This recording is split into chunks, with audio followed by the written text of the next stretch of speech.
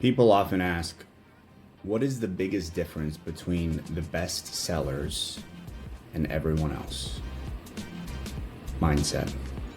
The best sellers have this one thing that most people don't have, which is an absolute elite mindset. And it's not on accident. They've developed it intentionally over time. They've audited their thoughts. They've considered how their ideas and their feelings and their behavior affects the decisions they make and affects the outcomes they get. And they've learned how to control their mind in such a way where it delivers for them outstanding results. So we're going to talk about mindset, why it's important, and how everything else we talk about is kind of pointless if we can't get this right. Because the things we're going to talk about later on are hard, they're challenging, and if we don't have a good mindset, then we likely won't be able to commit to the practice that's required to do the things later, or commit to the training or the learning. So mindset is the foundation of success, not just in sales. Like, this is everything, guys. Like, whether you're a soccer player, you're some sort of an athlete, you're pursuing greatness in other fields. In order to pursue greatness in almost anything, like, we have to have a strong mindset. All right. So I'm shooting for a very specific outcome as I train students and members of Pursuit. And it's really simple. I want a phone call from your future boss. About 6 months after you start your new job, your first job in tech sales, I want your future boss to call me in and say something along the lines of this. Andrew, how did you do this? Jacob, or whoever, is incredible. He's ramped faster than anyone I've hired. He learns super fast.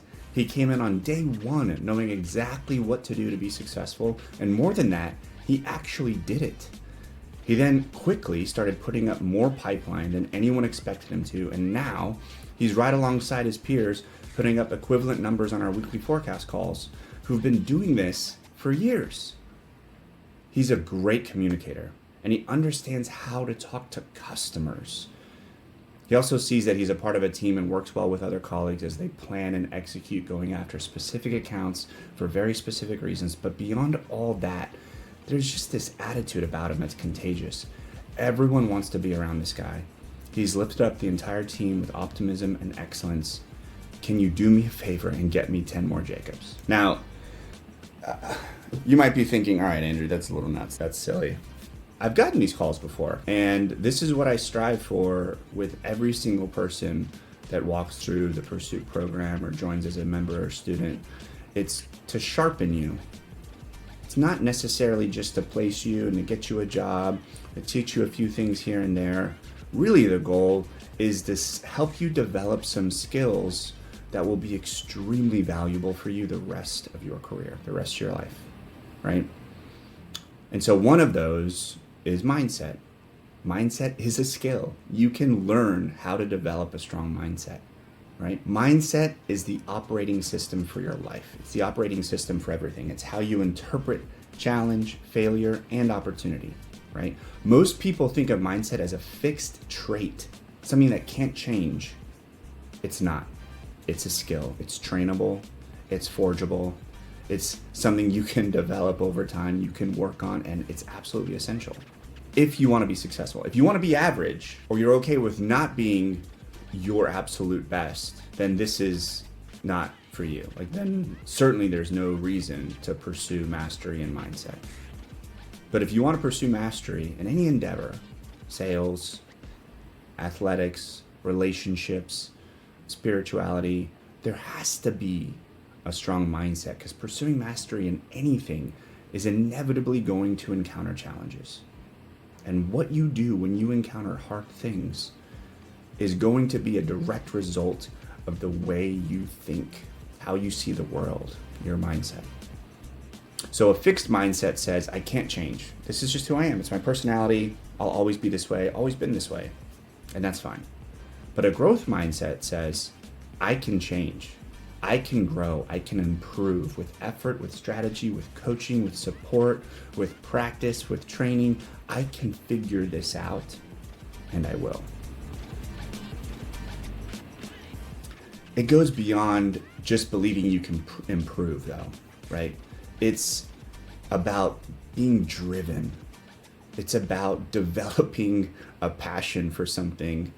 It's about being resilient. It's about being accountable. It's about being curious, about being inspired, inspiring. The results that come when you start to audit your thoughts, which is the first step in developing a strong mindset, and then doing something about the things you're thinking about. When you start thinking about the things you're thinking about, and then doing something about those things to improve them, this is the beginning stages of developing a strong mindset. It starts here, staying sharp. Staying sharp. Think about this. Over time, things decay.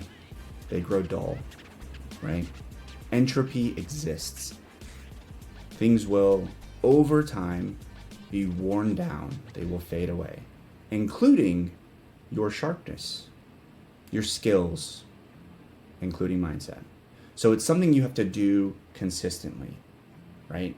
Stay sharp. As a man thinketh in his heart, so is he. Famous old saying that I absolutely adore. I love it. And all it's really saying is think about what you're thinking about. Audit your thoughts. Control them. Let the good and worthy take up real estate in your mind, and everything else is just a distraction. And the distractions start in your mind, but they manifest in your actions. You start to see them in your life, in your bank account, in the decisions that you make, in the circumstances you find yourself in. And largely, it really starts because of the way you think. This journey started for me several years ago. I was a midshipman at the Naval Academy. I was on the soccer team there, and we got a new coach our senior year, Coach Dave Brandt. And I learned a lot, but probably the biggest thing I learned from him was how one man can absolutely make a humongous impact and difference. His ability to lead others, which is to say, his ability to get people to follow him, essentially do what he was asking them to do very quickly, was absolutely incredible. To inspire change, which is very hard to do, to try to get people that are so used to doing this thing and very quickly convincing them that it's worth their time to actually do this thing or to do this thing that they were doing differently. And so one of the things that he did was he talked to us a lot about mindset. He talked to us about philosophies that will affect us on the soccer field, but largely affect the way we think, the way we look at the world, the circumstances we find ourselves in, right? I got told no for moving on to the next step in an interview. How you respond to that circumstance is important. Some people, kick rocks, kick the dirt, they're upset, maybe blaming the interviewer didn't ask great questions, or blaming the person they networked with that didn't do a great job of preparing them, right? That's one approach. That's one mindset. Some of the people with the strongest mindset I see in that specific experience more often thank the interviewer anyways. They thank the company anyways. They respond with gratitude, right? They also respond with creative ideas. I know I'm not a good fit for this role, and that's totally fine, but making it this far in the interview process, I wonder if there's other roles that might be available for me. I would really appreciate your endorsement if you think it's appropriate as I pursue other roles at the company. Thank you so much. Send that in a video. I'm trying to show you that the way you think matters. And so this man, Coach Brandt, was able to instill in me and others on the team the value and importance of mindset. We went on to be a pretty good soccer team that year. We weren't amazing, we weren't the best, but we improved dramatically. And there's some things I personally did under Coach Brandt that I've never, ever been able to do in my soccer career. One of them was run a sub 5-minute mile. I did that my senior year at the Naval Academy with Coach Brandt. And no one had ever pushed me hard enough to demand that from me. For Coach Brandt, 5-minute mile was the standard. If you played soccer on his team, you must run a 5-minute mile. That was the standard. I'd never just been introduced to a standard that high. Most people are running 6-minute miles, maybe 5:30. I didn't know I could do it. It was hard. It took a lot of work. Spent a lot of the summer training, doing 400 repeats at the track, right? But in hindsight, I'm so grateful that he pushed me harder than I would have pushed myself and harder than others pushed me. You won't drift into excellence. It's not accidental.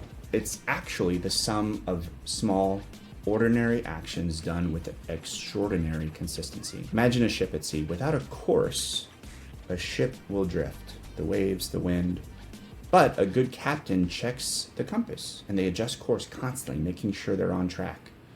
And they ensure they arrive at the destination on time.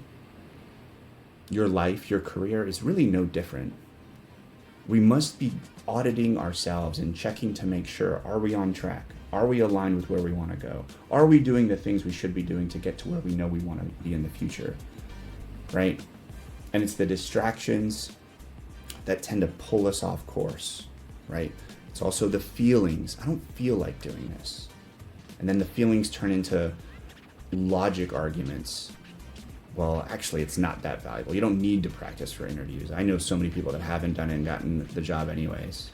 You can very quickly start to talk yourself into being mediocre and average. Again, I want to be clear here. I'm not necessarily trying to say that that's bad. I do think there are a group of people out there that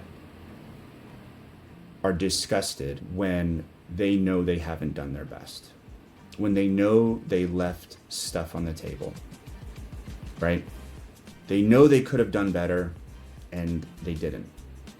There are people out there that makes them sick to their stomach because you can't go back in time. And so this is really for those types of people that relentlessly pursue excellence, or at least strive to, that are open to auditing their thoughts and checking themselves and having accountability partners do the same. One of the phrases that was just drilled into my brain was DPOE, DPOE. This was, again, Coach Brandt, our senior year at the Naval Academy. It stands for Dogged Pursuit of Excellence. You build excellence slowly. And this is the part that's annoying, right? But it is these small, ordinary actions executed deliberately and repeatedly. These are the raw materials of excellence. And that's what dogged pursuit means. Dogged means tenacious, relentless. It's not sexy, it's not loud, it's just steady. It's reliable, it's dependable, it's dogged. And pursuit is a chase, a commitment. You're hunting something. You're pursuing excellence. You're not waiting for it to arrive or to just appear and show up to fall in your lap. No. You are out to find it all day, every day. Success is hidden in your daily routine. And the routine has to be done with care, with precision, with intent, and that's what separates a habit from a ritual, and many times from the excellent people and the rest.